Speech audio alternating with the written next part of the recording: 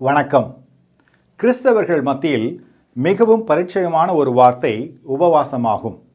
பொதுவாக நாம் உபவாசம் செய்வதை வாழ்க்கையில் ஒரு முக்கியமான விஷயமாக பின்பற்றுகிறோம். சிலர் வாரத்தில் ஒரு முறை உபவாசம் செய்து ஜெபிப்பதை வழக்கமாக வைத்திருப்பார்கள். சிலர் மாதத்தில் ஓரிரு முறை உபவாசம் செய்து ஜெபிப்பதை வழக்கமாக வைத்திருப்பார்கள். மேலும் சிலர் 40 நாட்கள் கூட உபவாசம் செய்வார்கள். இதெல்லாம் நாம் அறிந்ததுதான். வேதத்தில் பல இடங்களில் உபவாசம் பற்றி கூறியிருக்கிறார்கள்.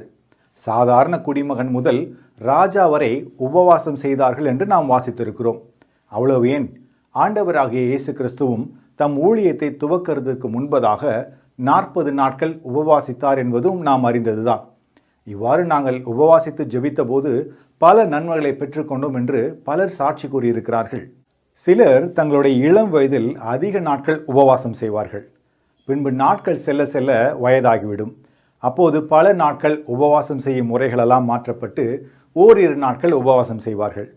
மேலும் சிலர், எனது உடலில் இந்தந்த விதமான சுகவீனங்கள் இருக்கின்றன, எனவே நான் மருத்துவரின் ஆலோசனை கேட்டுதான் உபவாசிப்பேன் என்றும் கூறுவார்கள்.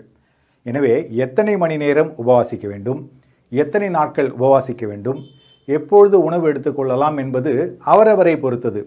காரியங்கள் இப்படி இருந்தாலும் கூட உபவாசம் செய்வது முக்கியம் என்று மட்டும் நமக்கு நன்றாக விளங்குகிறது. சரி, உபவாசத்தை பற்றி வேதம் என்ன கூறுகிறது? தீர்க்கதரிசியாகிய மோசே அவர்கள் அப்பம் புசியாமலும் தண்ணீர் குடியாமலும் இரவும் பகலும் 40 நாட்கள் கர்த்தரோடு இருந்து 10 கற்பனைகளாகிய உடன்படிக்கையின் வார்த்தைகளை பலகைகளில் எழுதினார். இதேபோல நெகேமியா, எஸ்தர், தானியேல், அப்போஸ்தலராகிய பவுல், சீஷர்கள், தேவனுடைய பக்தர்கள் என எத்தனையோ பேர் உபவாசித்ததை நாம் வாசித்திருக்கிறோம். அதே போல நாம் உபவாசிக்கும் போது என்ன செய்ய வேண்டும் என்பதையும் ஆண்டவராக இயேசு கிறிஸ்து நமக்கு சொல்லிக் கொடுத்திருக்கிறார். அந்த வசனத்தை பார்க்கலாமா? மத்தேயு 6ஆம் அதிகாரம் 16 முதல் 18 கூறுகிறது, நீங்கள் உபவாசிக்கும் போது மாயக்காரரை போல முகவாடலாய் இராதேயுங்கள். அவர்கள் உபவாசிக்கிறதை மனுஷர் காணும் பொருட்டாக தங்கள் முகங்களை வாட பண்ணுகிறார்கள். அவர்கள் தங்கள் பலனை அடைந்து தீர்ந்ததென்று மெய்யாகவே உங்களுக்கு சொல்லுகிறேன். நீயோ உபவாசிக்கும் போது அந்த உபவாசம் மனுஷருக்கு காணப்படாமல் அந்தரங்கத்தில் இருக்கிற உன் பிதாவுக்கே காணப்படும்படியாக உன் தலைக்கு எண்ணெய் பூசி உன் முகத்தை கழுவு.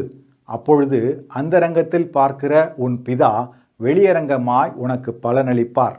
அதே போல ஏசாயா 58:7 கூறுகிறது, பசியுள்ளவனுக்கு உன் ஆகாரத்தை பகிர்ந்து கொடுக்கிறதும், துரத்துண்ட சிறுமையானவர்களை வீட்டிலே சேர்த்து கொள்கிறதும், வஸ்திரம் இல்லாதவனை கண்டால் அவனுக்கு வஸ்திரம் கொடுக்கிறதும், உன் மாம்சமானவனுக்கு உன்னை ஒழிக்காமல் இருக்கிறதும் அல்லவோ எனக்கு உகந்த உபவாசம். அப்படியானால் உபவாசம் என்றால் என்ன? நம்முடைய முன்னோர்கள், தீர்க்கதரிசிகள், சீஷர்கள் எப்படியெல்லாம் உபவாசம் செய்தார்கள்? கர்த்தராகிய இயேசு கிறிஸ்து எதிர்பார்க்கிற உபவாசம் என்றால் என்ன என பல காரியங்களை தெரிந்து கொண்டோம். இது ஒரு புறம் இருக்க, விஞ்ஞானத்தின் கண்ணோட்டம் என்ன என்பதையும் பார்த்து விடுவோம்.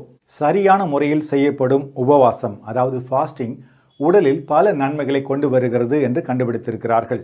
அவற்றில் சிலவற்றை பார்ப்போம். நம்பர் 1, செல்கள் சுத்திகரிப்பு, அதாவது ஆட்டோஃபஜி.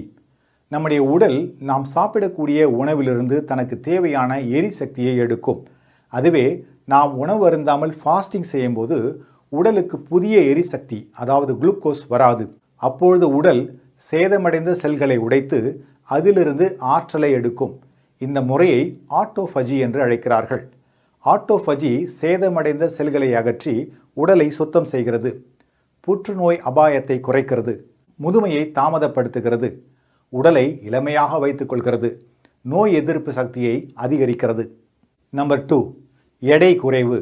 முறையாக செய்யப்படும் ஃபாஸ்டிங் மூலம் உடலின் எடை 3 முதல் 24 வாரங்களில் சுமார் 3 முதல் 8% வரை குறைய வாய்ப்பு இருப்பதாக கூறப்படுகிறது. குறிப்பாக வயிற்று கொழுப்பு, இதய நோய் மற்றும் டயபெட்டிஸ் அபாயத்தையும் குறைக்கிறது. Number 3, insulin.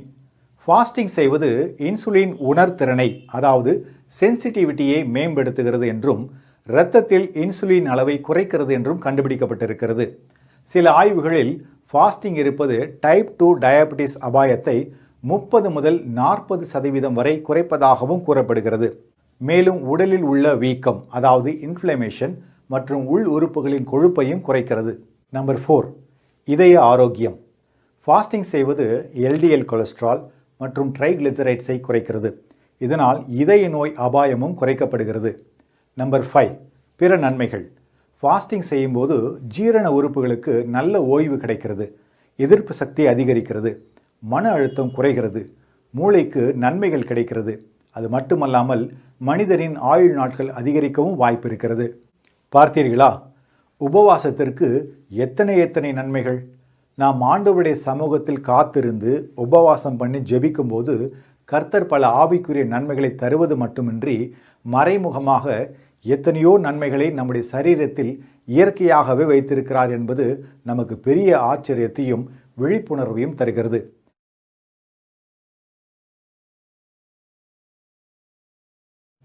நாம் வாழும் இந்த நாட்களில் நம்ம சுற்றிலும் எல்லாமே வேகமாக நகர்த்தப்படுகிறதை உணர்கிறோம். எந்த ஒரு விஷயத்திற்காகவும் பொறுமையாக காத்திருந்து அதை பெற்றுக்கொள்ளக்கூடிய மனநிலையில் தற்போது மக்கள் இல்லை என்றே சொல்லலாம். எல்லாமே இன்ஸ்டன்ட் தான், அதாவது உடனடியாக கிடைக்கும் என்று சொல்லப்படுவது எந்த துறையும் விட்டு வைக்கவில்லை. உதாரணமாக பாருங்கள், இன்ஸ்டன்ட் காஃபி, இன்ஸ்டன்ட் இட்லி, துரிதமாக கிடைக்கும் சிற்றுண்டிகள், உடனடியாக எந்த பொருட்களையும் ஆன்லைனில் வாங்கிவிடலாம் என பல விஷயங்கள். ஆனால் இப்படிப்பட்ட திடீர் மாற்றங்கள் சில ஆண்டுகளாகத்தான் நாம் பார்க்க முடிகிறது. நம்முடைய முன்னோர்கள் காலத்தில் இப்படி இல்லையே. ஏன் இந்த திடீர் மாற்றங்கள்? ஒரு விஷயத்தை பொறுமையாக பெற்றுக்கொண்டால்தான் என்ன? ஆனால் நமக்கு இப்பொழுதெல்லாம் நேரமில்லை. உலகம் ஒரு பரபரப்பான சூழ்நிலையில் சென்று கொண்டிருக்கிறது. மக்கள் காலை முதல் இரவு வரை என்ன செய்வார்கள் என்று சற்று யோசித்து பாருங்கள். காலையில் எழுந்து சில வேத வசனங்களை படித்து கொஞ்ச நேரம் ஜெபம் செய்வார்கள். பின்பு வேலைக்கு செல்லும் கணவன்மார்கள் இந்த நாள் ஆஃபீஸில் என்ன மீட்டிங் இருக்குது, ஐயோ இவரை பார்க்கணும், அவரை பார்க்கணும், இந்த ஃபைல் அனுப்பணும், அந்த ஃபைல் அனுப்பணும் என்று 6 மணிக்கே பரபரப்பு தொற்றிக்கொள்ளும். இல்லத்தரசிகளும் அப்படித்தான். குழந்தைங்க 8 மணிக்கு ஸ்கூலுக்கு போவாங்க. அவர்களுக்கு டிஃபன் ரெடி பண்ணணும், மதிய உணவு ரெடி பண்ணணும். பின்பு கணவனுக்கு டிஃபன் ரெடி பண்ணணும், மதிய உணவு ரெடி பண்ணணும். ஒருத்தருக்கு பிடிச்ச உணவு மற்றவருக்கு பிடிக்காது. எல்லாருக்கும் பிடிச்ச மாதிரி உணவை யோசித்து அதை தயார் செய்யணும். பின்பு 4 மணிக்கெல்லாம் ஸ்கூல்லேருந்து குழந்தைங்க வந்துடுவாங்க. அவங்களுக்கு ஸ்நாக்ஸ் ரெடி பண்ணணும்.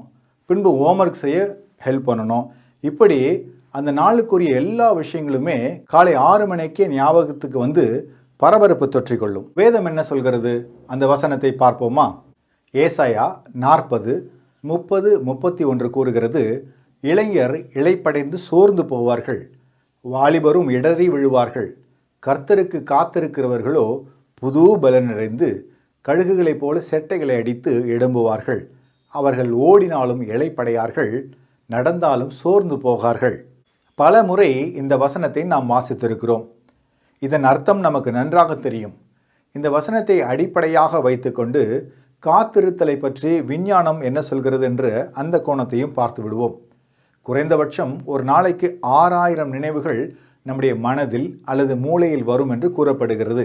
இத்தனை 1000 நினைவுகளை கட்டுப்படுத்தி சற்று நேரம் அமைதியாக ஆண்டவருடைய பாதத்தில் காத்திருப்பது ஆரம்பத்தில் கடினம்தான்.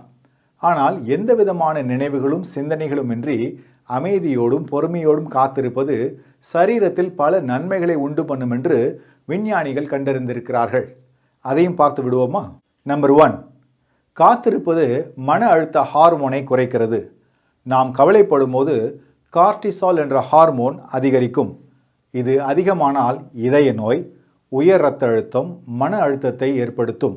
ஆனால் பொறுமையாக காத்திருப்பது இந்த ஹார்மோனின் சுரப்பை குறைக்கிறது. நம்பர் 2, காத்திருப்பது மூளையின் கட்டுப்பாட்டு மையத்தை வலுப்படுத்துகிறது.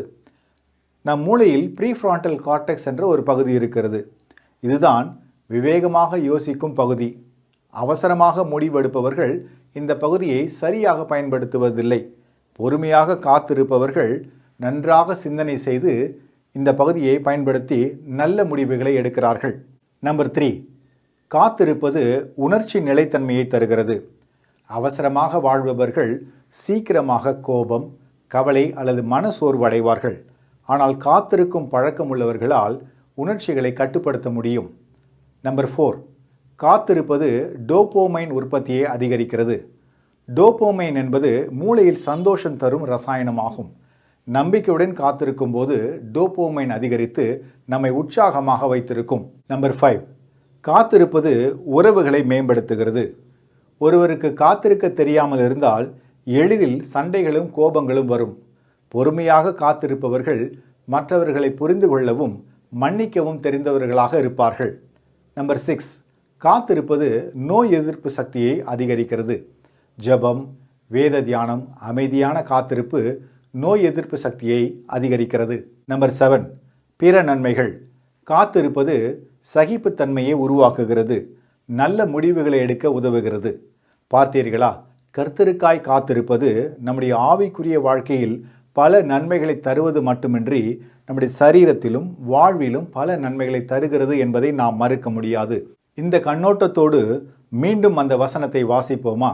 ஏசாயா 40:30-31 கூறுகிறது, இளைஞர் இளைப்படைந்து சோர்ந்து போவார்கள், வாலிபரும் இடறி விழுவார்கள். கர்த்தருக்கு காத்திருக்கிறவர்களோ புது பலனடைந்து கழுகுகளைப் போல செட்டைகளை அடித்து எழும்புவார்கள். அவர்கள் ஓடினாலும் இளைப்படையார்கள், நடந்தாலும் சோர்ந்து போகார்கள்.